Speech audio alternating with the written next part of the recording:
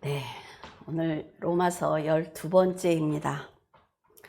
오늘 말씀의 주제는 아브라함이 하나님의 말씀을 온전히 믿었을 때 하나님께서 그의 믿음을 의로 여겨주셨다는 것입니다. 아브라함은 믿음으로 말미암아 하나님께 죄를 용서를 받았어요.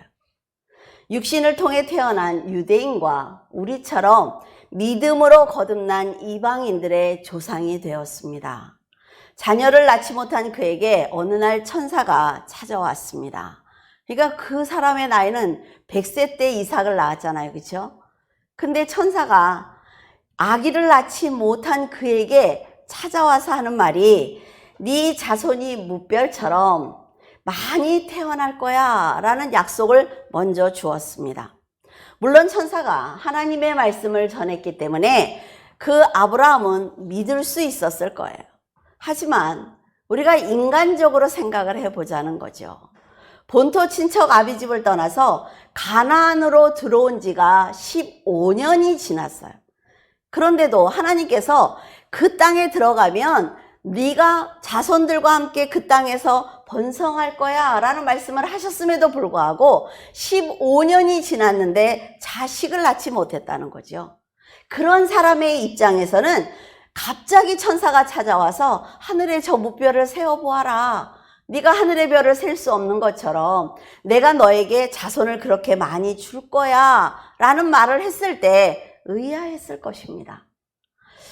그가 별처럼 많은 자손을 낳을 것이라는 말씀을 들었을 때 그것은 분명히 축복이지만 죽은 것 같은 자신의 육신을 보면 그렇게 늙었단 말이죠.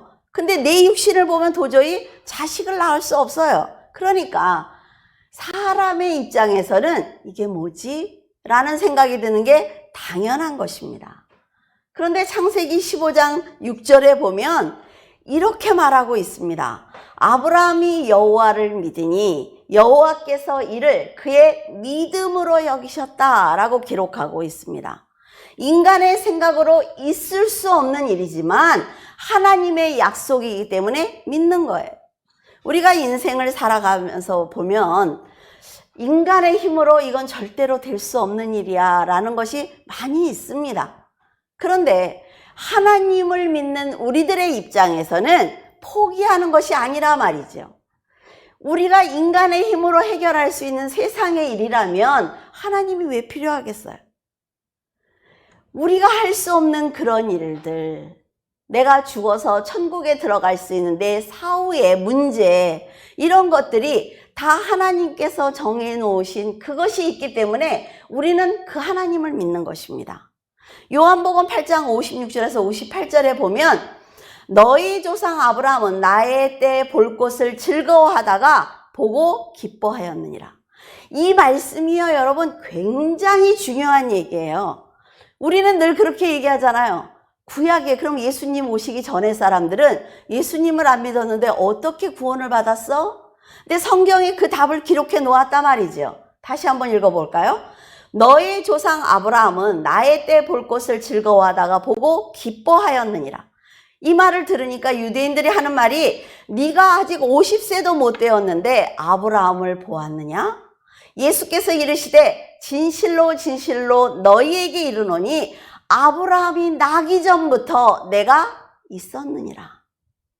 아브라함이 말씀을 믿었다는 얘기는 자손이 셀 수 없이 많이 태어날 거야 라는 약속도 믿었지만 이 아브라함은 선지자라 말이죠. 하나님의 음성을 듣는 사람이에요. 그러니까 하나님의 특별하신 약속인 그리스도가 이 세상에 오실 것이라는 그 말씀도 믿은 것입니다. 예수님보다 아브라함은 2100년 이상 먼저 태어난 사람이에요. 그런 사람이 2000년 후에 오실 예수가 온다는 걸 믿었다는 건 결코 쉽지 않은 얘기입니다. 하나님은 아브라함에게 자선의 축복도 말씀해 주셨지만 메시아이신 예수 그리스도의 탄생도 말씀해 주신 것입니다. 그 말씀을 들은 아브라함은 예수 그리스도, 내 죄를 사해 주실 예수 그리스도가 온다는 것도 믿었고 그것을 즐거워하고 기뻐한 거예요. 그러니까 예수님이 지금 예수님을 핍박하는 모든 유대인들에게 너희들이 아브라함의 자손이라고 나한테 지금 말하고 있잖아. 그러면 그 아브라함의 자손인 너희들이 너희 조상인 아브라함이 내가 올 것을 기뻐한 걸 왜 믿지 않지? 라는 얘기죠. 아브라함은 늙도록 아기를 낳지 못했을 때에도 자신의 후손으로 메시아가 올 것이라는 말씀 때문에 이스마엘을 낳는 잘못을 저질렀습니다. 하나님은 아브라함이 이삭을 바쳤기 때문에 믿음의 조상으로 세워준 것이 아니라 말이죠. 예수 그리스도의 때를 볼 것을 기뻐하는 그의 믿음을 의로 인정해 주신 것입니다. 지금 우리들이 다 교회를 다니고 하나님을 믿는다고 말을 해요. 그러면서도 세상에 나가서 어떻게 해요? 막 산다 말이죠. 남의 생명을 해하고 남의 재산을 취하고 함부로 살아요. 그것은 하나님, 예수 그리스도가 오신 것을 믿지 않는 것입니다. 내 죄를 사해 주신 예수 그리스도가 이 땅에 오신 것을 믿는 사람은 절대로 그런 삶을 살지 않는다 말이죠.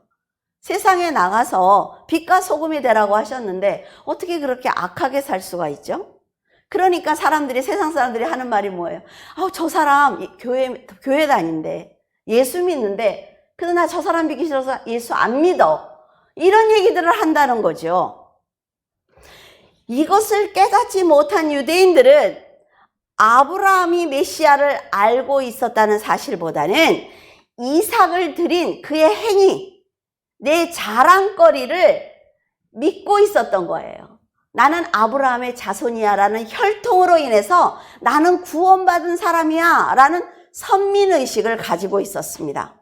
하지만 사도 바울은 이들을 향해서 2절에 만일 아브라함이 행위로서 그래 너희들이 말한 것처럼 이삭을 바쳐서 의롭다 하심을 얻었다 하자. 그러면 네가 자랑할 것이 있겠지만 하나님 앞에서는 없어. 왜?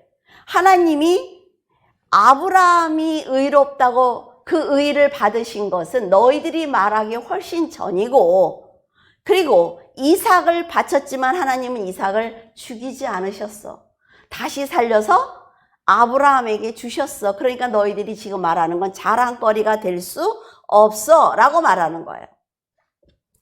사도 바울은 언제나 사람이 의롭다 하심을 얻은 것은 율법의 행위에 있지 않고 믿음으로 되는 줄을 우리가 인정한다 라고 처음부터 끝까지 동일하게 주장을 합니다. 그래서 여러분들도 세상에 나가서 그 예수가 누구냐고 얘기할 때 내가 처한 환경에 따라서 이렇게 저렇게 바꿔서 말하면 안 된다는 거죠. 내가 부끄러워도 올바로 정직하게 말해줘야 되는 거예요. 그렇지만 유대인들은요, 예수님을 믿지 않았기 때문에 듣기를 거절했습니다. 히브리서 11장 1절에서 2절에 보면 믿음은 바라는 것들의 실상이요 보이지 않는 것들의 증거니 선진들이 이로써 증거를 얻었다고 말했어요. 이것은 구약의 사람들 역시 예수 그리스도를 눈으로 볼 수 없지만 메시아가 오실 것을 믿었다라는 얘기를 해주는 거예요. 히브리서 11장을 우리는 믿음장이다 이렇게 얘기를 합니다. 그래서 거기에 보면요. 할례를 받지 않은 에녹과 아벨과 노아가 기록되어 있어요. 자, 에녹은 예수님이 오시기 3492년 전에 살던 사람이에요. 그리고 노아는 3058년에 살던 사람입니다. 그리고 아브라함은 2166년 전에 살던 사람이에요. 이 사람들과 그 다음에 할례를 받은 아브라함과 사라와 이삭과 야곱과 요셉 그리고 수많은 선지자들이 기록이 되어 있죠. 이 사람 모두가 예수 그리스도가 오실 것을 알고 하나님께 듣고 믿음으로 살았다라고 기록되어 있습니다. 그래서 천국에 가는 길은 구약에 있는 사람들이나 신약에서 지금 사는 우리들이나 모두 믿음이라는 것입니다. 메시아를 직접 만나지 못했지만 오실 것을 믿고 그것을 멀리서 보고 환영하는 믿음을 가졌기 때문에 그들이 구원을 받았다라고 말하는 거예요. 모세는 이렇게 얘기를 합니다. 구약에 살던 사람이잖아요. 근데 그리스도를 위하여 받는 수모를, 애굽의 왕자잖아요. 애굽의 모든 보화와 더 큰 재물보다 더 예수 그리스도를 크게 여겼다, 이렇게 말하고 있습니다. 그러니까 모세가 그리스도를 알고 있었다는 얘기죠. 이것은 구약시대의 성도들도 믿음으로 구원받았다는 증거란 말이죠. 여러분이 바울이 말하는 핵심이 믿음이라는 것을 잊지 않으면, 기독교는 예수 그리스도를 믿는 것이 우리들이 믿는 종교다라는 것을 타협하지 않는다면 성경을 처음부터 창세기부터 요한계시록까지 읽을수록 하나님의 놀라운 은혜를 경험하게 될 것입니다. 우리 그 기독교를 파괴하기 위해서 그 조계종에서 성경만 연구하던 교수님이 있었어요. 그분이 다 지금 학교에서 어떻게 하면 기독교가 그 뿌리를 내리지 못하는지를 연구해서 지금 그게 다 실행이 되고 있는 거예요. 그 교수님이 성경을 계속 읽는 거죠. 어떻게 하면 내가 기독교 교회들을 다 파괴할 수 있을까? 그러다 그분이 깨어진 거예요. 로마서를 보고 깨어졌어요. 레위기를 보고 깨어졌어요. 그래서 지금 얼마나 말씀을 전하고 다니는지 은혜가 돼요. 그분의 얘기를 들으면. 성경이 진짜다. 그분이 그렇게 얘기를 해요. 조계사에서 준 돈을 가지고 외국에 가서 유학을 하고 박사를 따고 다 온 사람이에요. 그런 사람이 성경을 보고 깨어진다는 거죠. 그러니까 여러분들이 성경을 읽지 않고 내가 기독교인이다 라는 말은 힘이 없습니다. 그래서 성경을 여러분은 읽으셔야 된다는 거죠. 그런데도 사람들은 은혜와 상관없이 자신의 작은 행위를 자랑하려고 합니다. 물론 이 사람들이 교회 안에 있는 사람들이에요. 세상에 있는 분들은, 교회 밖에 있는 분들은 예수님을 모른다 말이죠. 예수님 앞에 와서 자랑할 게 없어요. 그러나 교회 안에 있는 사람들이기 때문에 구원은 하나님의 전적인 은혜라는 걸 압니다. 예수님의 희생으로 받았다는 것도 알고 있어요. 그럼에도 자신이 구원이라는 엄청난 상급을 받은 것은 그래도 내가 무엇인가 하나님께 한 것이 있기 때문에 받을 자격이 있는 것 아닐까라는 생각을 하고 있다는 거예요.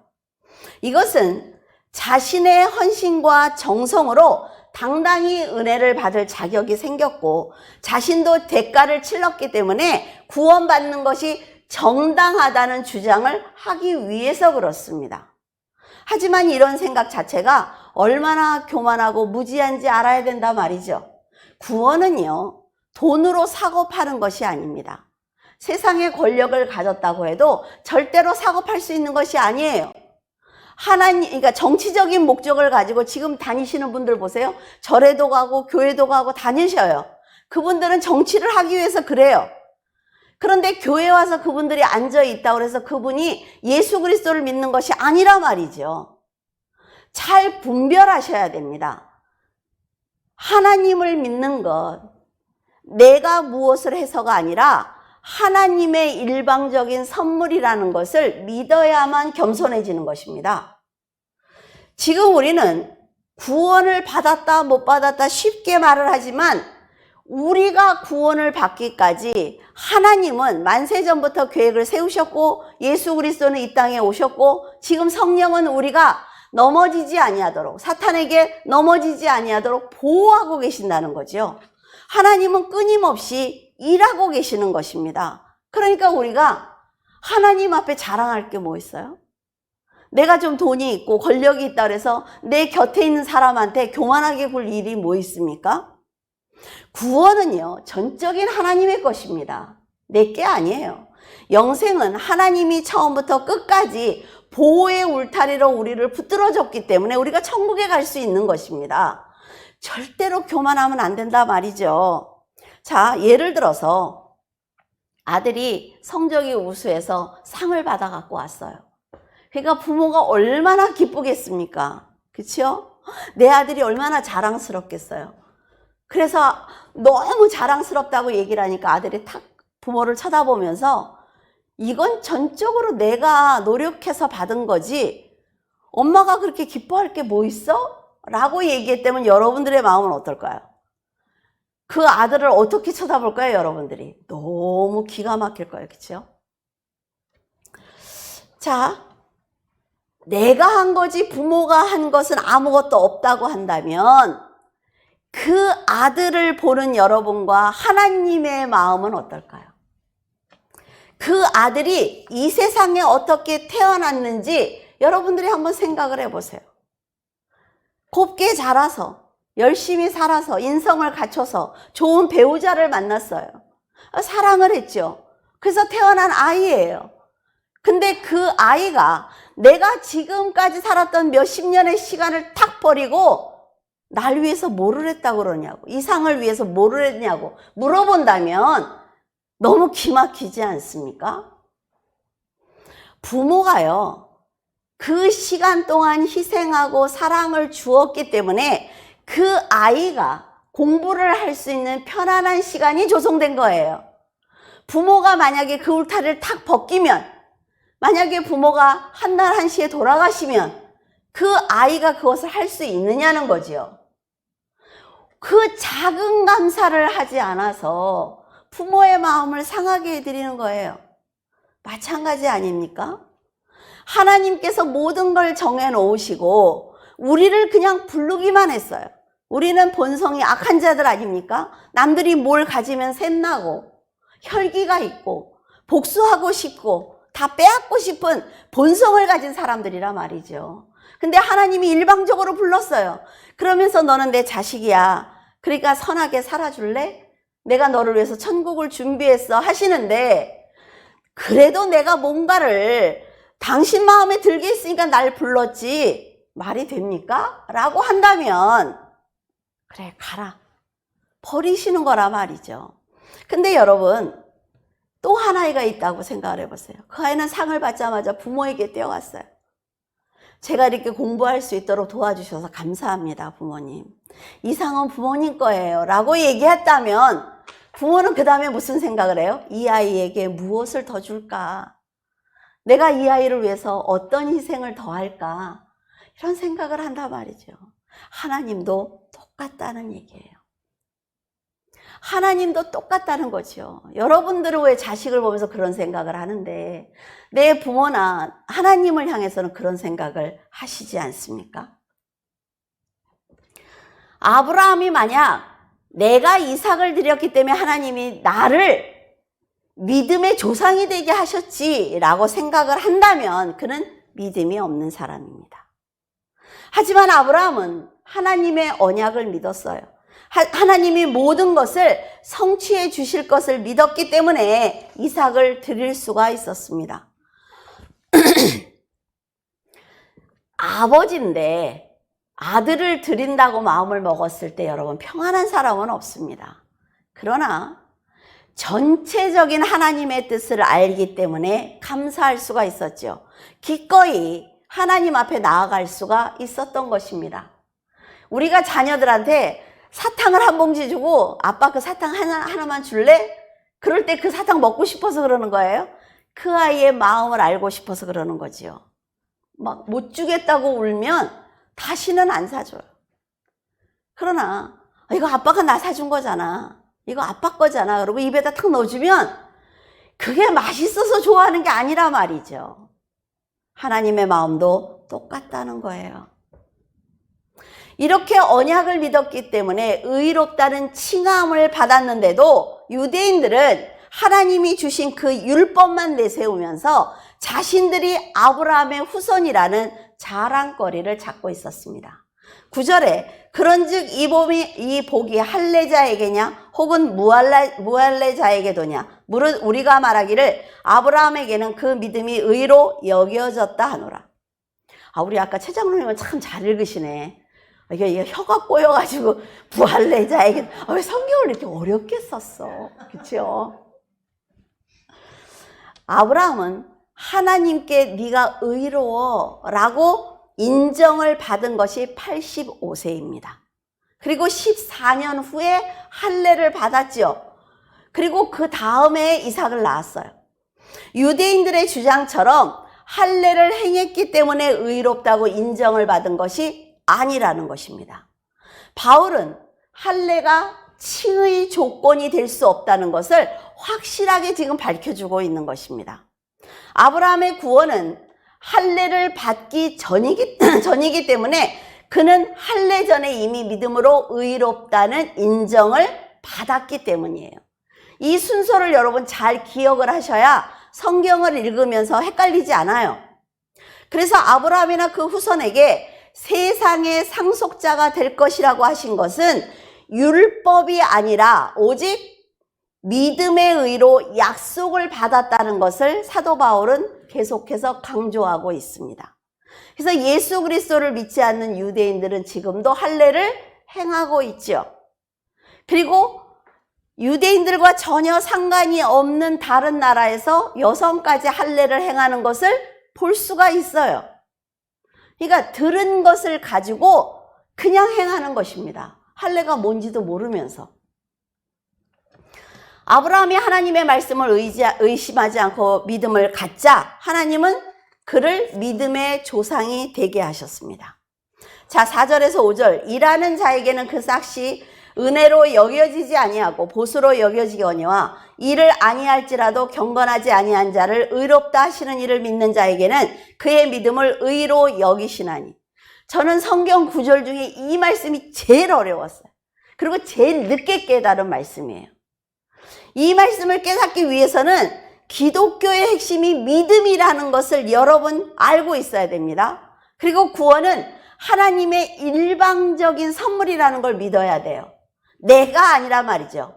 일하는 사람은 그 삭시 은혜로 여겨지지 않는다라는 것은 우리가 직장을 다니잖아요. 그래서 월급을 받을 때 거저 받는 것처럼 생각하는 사람은 없습니다. 아, 이 사람이 어떻게 나한테 이런 월급을 주실 수가 있어. 막 덜덜덜 떨면서 여러분 월급 받습니까? 어때요? 통장으로 탁 들어오면 보잖아. 아, 세금을 왜 이렇게 많이 떴어? 아니, 왜 이렇게 안 올려주는 거야? 막 이러잖아요. 그쵸? 왜 그래요? 내가 일했기 때문에. 그 싹스로 받은 거예요. 그러니까 그렇게 할 수 있는 거죠. 그런데 똑같이 은혜가 당연하다고 생각을 해요. 하나님이 나에게 주는 은혜가 당연하지. 왜? 내가 하나님을 믿어주고 아니 일요일날 나는 쉬지도 않고 교회를 가주는데 하나님이 그것도 안 해줘? 라고 은혜가 당연하다고 생각이 되면 더 많은 것을 받기 위해서 자랑거리를 찾게 됩니다. 교회에 다니니까 죄를 용서받는 것이 마땅하다는 생각을 하기 때문에 은혜를 자신의 노력의 대가로 생각을 한단 말이에요. 그래서 교만해지는 것입니다. 이런 사람들은 믿음의 평가를 자신의 행위에 근거를 두는 거죠.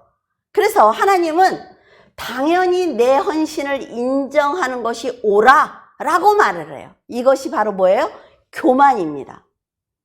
세상에 나가서 내가 교만한 행동을 하는 것도 다 이 근거에서 시작을 한단 말이죠. 나는 부족한데 하나님께서 역사하셨고 내 생명을 지켜주셨고, 여러분 나가봐요. 죽을 일이 쌓였습니다. 그런데 불구하고 하나님께서 내 가족을 지켜주시고 모든 걸 지켜주시는 것을 감사할 때 하나님이 어떻게 생각을 하실까요? 저 감사를 아는 아이니까 더 주어야지. 왜? 내 감사를 아니까 다른 사람도 구원받게 하기 위해서 얼마나 나가서 겸손하게 헌신적으로 봉사하겠는가 라는 생각을 하시는 거예요. 그러나 자신의 구원을 믿음의 근거에 두고 있는 사람은 자신이 어떤 형식이나 율법을 준수하지 않았지만 그리스도로 인해 새 생명을 받았다는 것을 알고 있기 때문에 겸손해지는 것입니다. 로마서 3장 22절에 곧 예수 그리스도를 믿음으로 말미암아 모든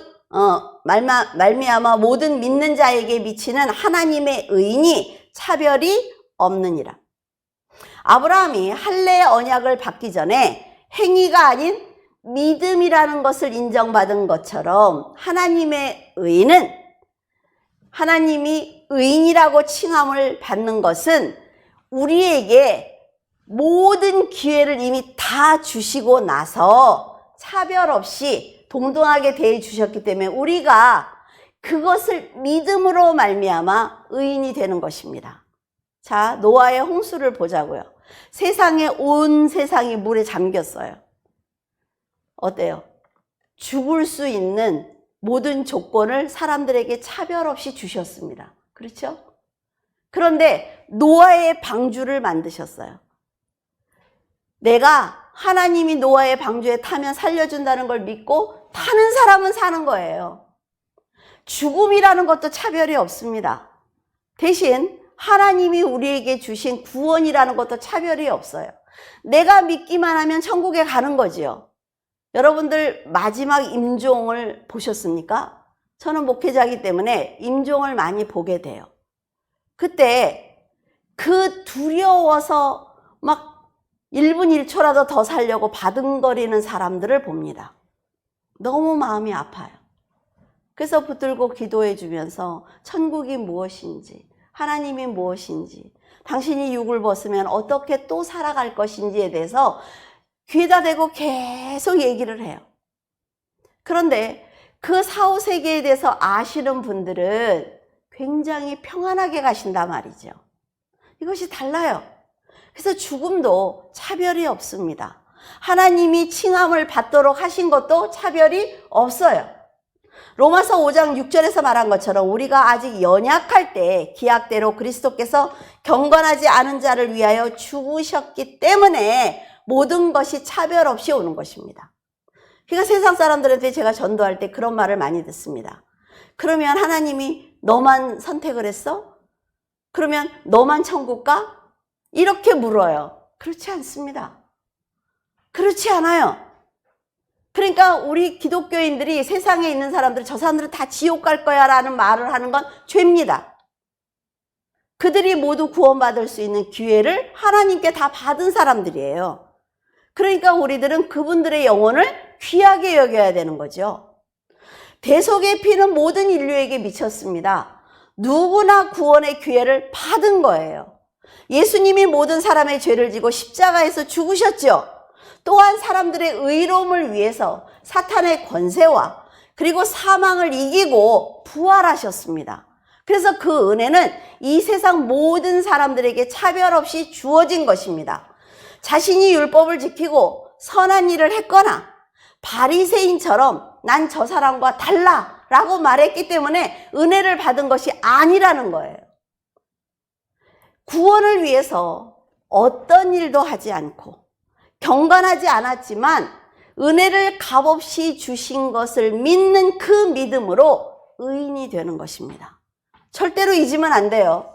그래서 여러분들이 세상에 나가서 하나님을 믿지 않는 사람들 보고 함부로 말하면 안 되는 거예요. 사람들은 믿음만으로 구원을 받는다고 알려주면요, 이렇게 생각을 합니다. 아, 구원을 받으셨어요. 하나님이 얼마나 사랑하시는지, 자, 하나님 앞에 나오시면 좋겠어요. 그럼 뭐래? 아, 저는 구원받을 자격이 없어요. 제가 세상에서 얼마나 나쁘게 살았는데요. 모르셔서 그러시는 거예요. 라고 말을 해요. 그리고 자기 안을 들여다보고 죄를 찾습니다. 한 걸음 더 나아가서 구원받을 믿음을 인정받기 위해서 또 자랑거리를 찾는 거지요. 그러나 우리들이 교도소에 있는 분들이 하나님을 믿고 구원받았다고 하면 어때요? 기분 나빠요. 사람들은 보통 다 그렇습니다. 사람을 죽인 저 사람이 구원을 받는다고? 말도 안 돼 라고 하지만 그 사람에게도 차별 없이 하나님은 의의를 주셨다는 거죠. 그분이 그 나쁜 짓을 하고 그 안에 가 있지만 성경을 통해서 하나님을 영접했다면 그 사람은 구원받습니다. 아시겠어요? 야고보서 2장 17절에 이와 같이 행함이 없는 믿음은 그 자체가 죽은 것이다 라고 야고보가 말한 것처럼 성도들은 반드시 믿음의 행함이 있어야 합니다. 아, 지금까지는 뭐 여직 믿음이라 그러더니 또 무슨 행함이래 라고 말할 수 있어요. 근데요, 거저받은 구원에 자기의 공을 섞으려는 이런 생각 자체가 믿음으로 구원받는다는 큰 의미를 깨닫지 못한 사람들이 하는 행동입니다. 그런데 우리가 예수 그리스도를 알았어요? 내가 본성이 너무나 악한 죄인인데 그 예수 그리스도의 대속으로 인해서 내가 하나님께 죄를 씻음 받았어라는 것을 믿으면요, 어떻게 돼요? 예배를 드리는 행위를 합니다. 그리고 감사하는 마음으로 헌신을 하지요. 은혜 받은 성도들은 노력하지 않아도 자연스럽게 드러나는 신앙의 행위가 바로 믿음의 행위입니다. 만약 어떤 사람을 사랑하게 되면 어때요? 자, 내가 어떤 여인을 사랑해요. 그러면 어때요? 꽃을 주고 싶고 잘 보이고 싶고 그에게 무엇인가 선물을 주고 싶지요. 내가 그를 사랑하기 때문에 일어나는 행위란 말이죠. 하나님도 마찬가지입니다. 아주 자연스러운 행동을 하게 되어 있어요. 믿음으로 구원받는 것이 하나님의 일방적인 사랑이라는 것을 알면서도 아직도 게으르거나 악한 말을 하거나 악한 행동을 하거나 복수를 생각을 하거나 자살을 생각하거나 인격적으로 성숙하지 않은 말과 행동을 한다면 그는 믿음이 없다는 증거입니다. 아시겠습니까? 그래서 기독교인들은 모든 사람들이 봤을 때 저 사람이 하는 말은 다 맞아. 저 사람이 하는 대로 따라하는 거는 선한 건 맞아. 라는 말을 들어야 된다는 거예요. 그러나 기독교인들이 그렇게 살아왔느냐고요. 목사가 성폭행을 하고 성도들이 서로 싸우고 미워하고 질투하고 이 신앙들이 썩으니까 하나님이 저는 이 세상에 벌을 주셨다고 생각을 해요. 그래서 기독교인들이 돌이키면 하나님도 돌이키십니다. 우리가 악한 자리에 있으면서 누구를 손가락질을 해요? 먼저 회개해야 합니다. 구원이 하나님의 사랑인 것처럼 헌신은 그 사랑에 대한 반응이에요. 이런 반응을 나타내기 위해서는 먼저 하나님의 사랑과 그리스도의 희생과 성령의 보호하심을 믿는 믿음을 갖는 것이 먼저입니다. 깊은 진리를 깨달은 다윗이 말하기를 불법이 사함을 받고 죄가 가려진 사람은 복이 있다. 주께서 그 죄를 인정하지 않는 사람은 복이 있다 라고 얘기를 했습니다. 우리가 믿음을 가졌다고 죄가 없습니까? 죄 있어요. 근데 하나님이 가려주시는 거예요. 내가 너를 용서했어. 우리 또 자식이 잘못했을 때 엄마가 한 번만 용서해 줄게 그러면 그 죄가 없는 겁니까? 가려주는 거지요. 다윗은 험난한 고난의 길을 오직 믿음으로 견뎌낸 사람입니다. 사울왕이 그를 죽이기 위해서 아무리 괴롭혀도 그는 하나님의 역사를 믿었어요. 하나님의 때가 되면 하나님께서 나를 회복시켜 주실 거야 라는 걸 믿은 사람이지요. 그래서 사울이 자기 앞에 있는데도 죽이지 않습니다. 하나님이 생명을 해야 하는 걸 원치 않기 때문에 사울왕을 죽이지 않아요. 하나님이 원하시는 일이 아니기 때문에 하지 않죠.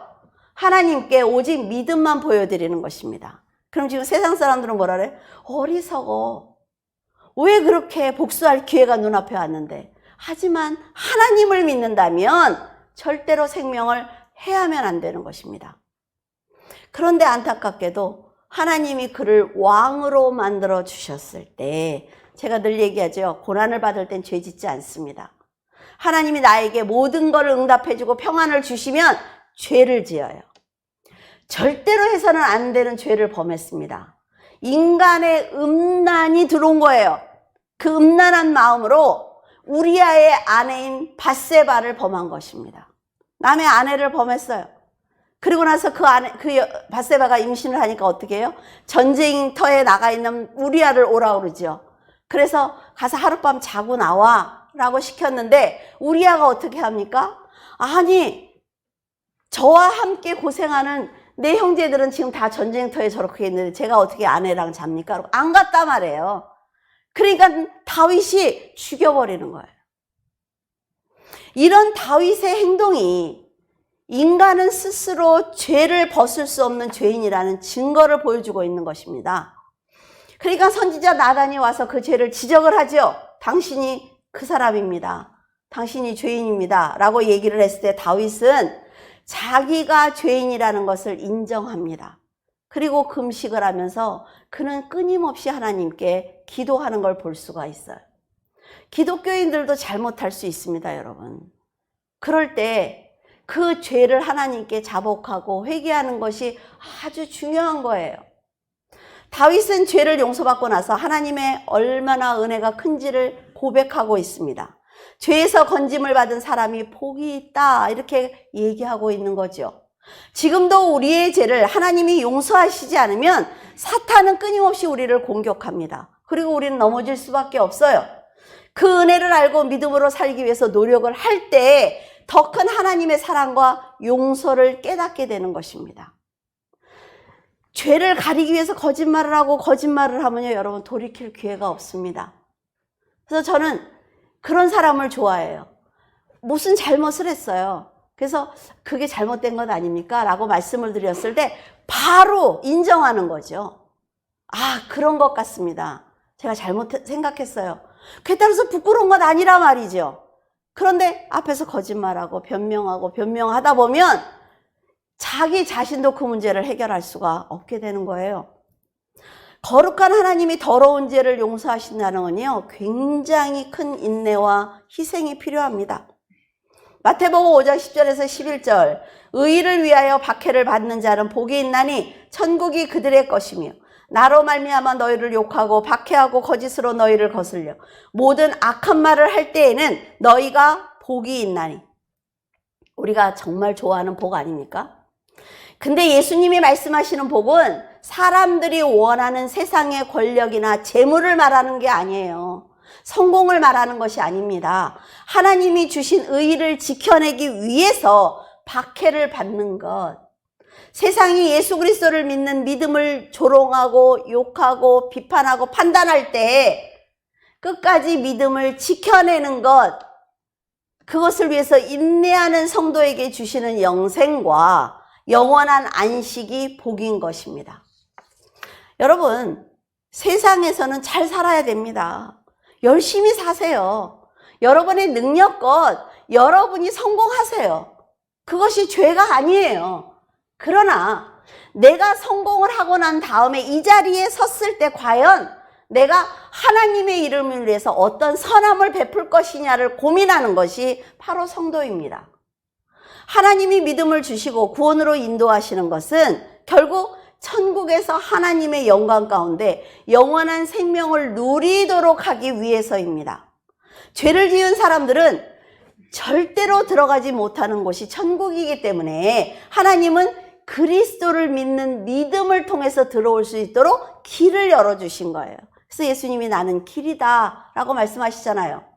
사도 바울은 고린도후서 13장 5절에서는 너희는 믿음 안에 있는가? 너희 자신을 시험하고 너희 자신을 확증하라. 예수 그리스도께서 너희 안에 계신 줄을 너희가 스스로 알지 못하느냐? 그렇지 않으면 너희는 버림받은 자다 라고 말하고 있습니다. 다른 사람의 믿음을 시험하고 판단하라는 것이 아닙니다. 근데 사람들이 이런 잘못을 해요. 나는 성경을 읽고 그래도 나는 교회 가서 헌신을 하잖아. 아, 내가 장로잖아. 그러니까 나는 믿음이 괜찮아. 근데 네가 걱정이야 라는 얘기를 많이 한단 말이죠.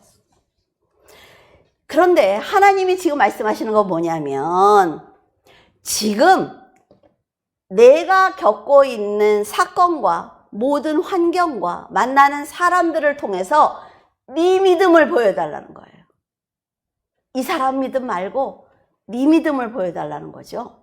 고난과 시험을 믿음으로 이겨내려고 노력할 때 여러분도 그거 해보셨죠? 어떤 고난이 왔을 때 내가 이것을 선으로 이겨봐야지 할 때 어때요? 내 안에서 그리스도가 훨씬 더 강해지는 걸 느낄 수가 있습니다. 내가 흔들리지 않고 남을 미워하지 않고 악한 말을 하지 않아도 내 마음이 평안해지는 걸 느낄 수가 있단 말이죠. 사람이 살다 보면 감당하지 못할 어려움이 있습니다. 사랑하는 사람이 믿음을 떠나기도 하고 죽기도 해요. 얼마나 큰 고통입니까, 여러분? 여러 가지 고난에 직면하는 시험을 받기도 합니다. 이런 것은요, 하나님의, 물론 육적으로는 너무나 고통스럽죠. 근데 영적으로는 하나님의 은혜를 경험할 수 있는 아주 좋은 기회가 됩니다. 고난을 당하는 것이 좋다는 말을 하는 게 아니에요. 고난을 당했을 때 예수님과 함께하면 이겨낼 수 있다는 것입니다. 아이들이 엄마와 손을 잡고 갈 때 저기서 아무리 무섭게 생긴 사람이 와도 엄마의 손을 잡고 있으면 갈 수 있어요. 그 길을. 그 얘기를 하는 거예요.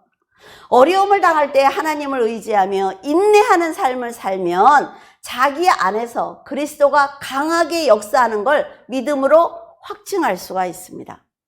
이런 사랑을 진심으로 깨달은 성도는 어떤 시험을 당해도, 내가 지금 어떤 어려움에 처해 있어도 불평하거나 두려워하지 않습니다. 왜? 세상의 모든 문제는 하나님 안에 있는 거예요. 나는 해결할 수 없지만 하나님은 하실 수 있거든요. 그러니까 아이가 엄마에게 자기의 원하는 걸 말하는 것처럼 여러분이 기도하시면 된단 말이죠. 그러면 강한 신앙을 가질 수가 있습니다. 11절에서 12절에 그가 할례의 표를 받은 것은 무할례시의 믿음으로 된 의를 인친 것이니 이는 무할례자로서 믿는 모든 자의 조상이 되어 그들도 의로 여기심을 얻게 하려 하심이라.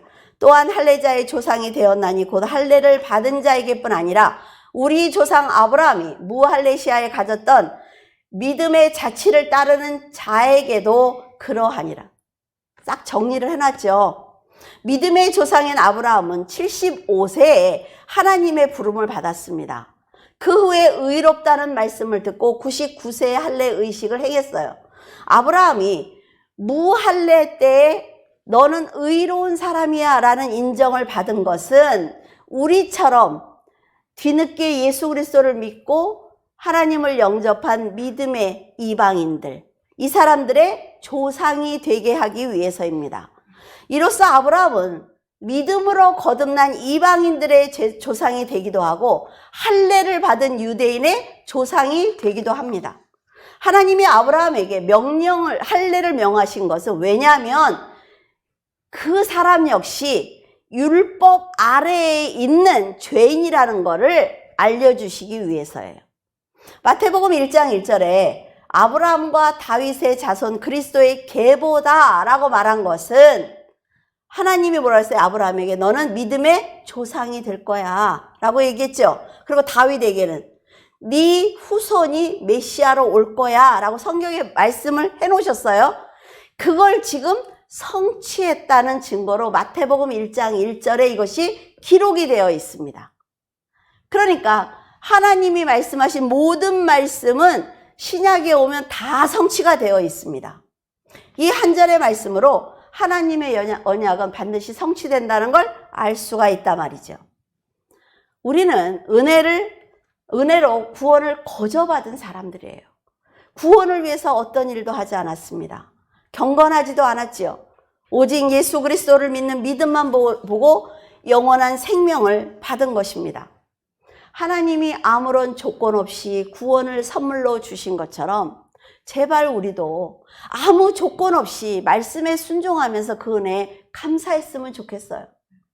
사람을 차별하지 않는 거룩한 하나님의 사랑에 보답하기 위해서는 우리도 하나님처럼 거룩한 성품을 가져야 합니다. 그리고 사람들에게 하나님의 말씀을 가지고 권위 있는 말씀을 전할 수 있는, 그리고 그 사람이 나를 보고 나를 따를 수 있는 권위를 갖는 삶을 살아내야 된다는 거죠.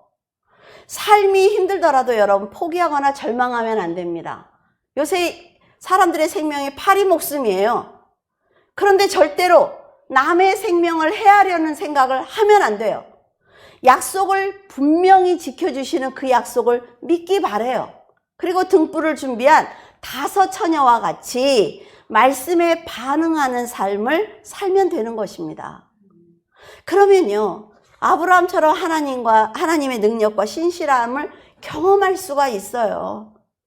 여러분이 가진 믿음은 거룩한 믿음입니다. 내가 교회를 나갔으니까 난 천국에 가지, 이런 말 좀 제발 하지 말고 하나님이 주신 말씀에 근거한 거룩한 믿음을 소중히 가지시길 바라요. 근데요 여러분, 세상에는 사탄이 있습니다. 다른 종교 보세요. 막 부족 붙이고 그러잖아요. 그쵸? 부고를 막 매달아 놓고. 왜? 그 악한 영이 있다는 걸 아는 거예요. 그 사탄이 천국에 가는 여러분들을 그냥 두지 않는단 말이죠. 그 믿음을 빼앗기 위해서 예수님의 제자인 가룟 유다를 유혹을 했어요. 그리고 사도 바울의 제자인 데마를 유혹을 해서 세상으로 떠나가게 만들었단 말이에요. 그런데 우리가 그렇게 자신이 있습니까? 여러분이 사탄 이길 자신 있어요? 절대로 못 이겨요. 사탄은 마누를 목에다 걸어도 못 이기고 부적을 여기다 수십 장을 붙여도 못 이겨요. 사탄은 오직 하나님의 말씀에 의해서만 그들이 움직인단 말이죠. 사람은요, 아무것도 아니에요. 아무것도 아닙니다, 여러분. 헌신했던 제자들이 믿음을 지키지 못하고 실족하는 것을 보면서 여러분들이 세상에서 많은 고난을 당할 수 있습니다. 아플 수도 있고 자녀를 잃을 수도 있고 많은 일을 당할 수도 있어요. 그런데 우리가 가는 목적지는 천국이라 말이죠. 하나님이 나한테 어떻게 이러셔? 난 다시는 안 믿어. 이러지 말고 내가 가는 목적지는 천국이고 내가 잘 키워놨던 그 내 자녀가 천국에 가 있을 거니까 끝까지 믿음을 지키고 가야 된단 말이죠. 여러분에게 그리스도가 강하게 역사하실 수 있도록 진실하고 정직한 믿음을 갖는다면 악한 영이 이 진실한 믿음을 갖고 사는 성도를 절대로 이기지 못합니다. 그러니까 무서워하지 마세요, 여러분. 이거 안 되면 어떡해? 내가 지면 어떡해? 이런 생각하지 마세요. 내 자녀가 잘못 키워지면 어떡해? 내 자녀가 뭐 죽으면 어떡해? 이런 생각하지 마세요. 하나님께 맡기고 살아간다면 예수 그리스도는 반드시 여러분이 부끄럽지 않은 삶을 살 수 있도록 도와주실 것입니다. 기도하겠습니다. 언제나 자녀들이 악한 길을 떠나 선한 삶을 살기를 원하시는 하나님 아버지, 감사를 드립니다. 연약한 저희들이 드리는 찬양과 기도를 받아주시고 악한 자와 악한 영에 건드리지 못하도록 늘 보호해 주시옵소서. 세상은 흑암으로 달려가고 있지만 하나님의 백성인 저희들은 더 많은 영혼을 사랑하게 하시고 천국으로 인도할 수 있도록 거룩한 자녀로 살게 도와주시옵소서. 고난을 만날지라도 절망하거나 좌절하기보다는 예수 그리스도의 도우심을 받아 더 강한 성도의 삶을 살게 하셔서 결코 부끄럽지 않은 하나님의 자녀로 거듭나게 도와주시옵소서. 성도들이 언제나 충만한 믿음으로 세상의 강한 유혹을 물리치게 하시고 늘 평안과 기쁨의 삶을 살게 하여 주시옵소서. 하나님의 사랑으로 인도하시는 예수 그리스도의 이름으로 기도드립니다. 아멘.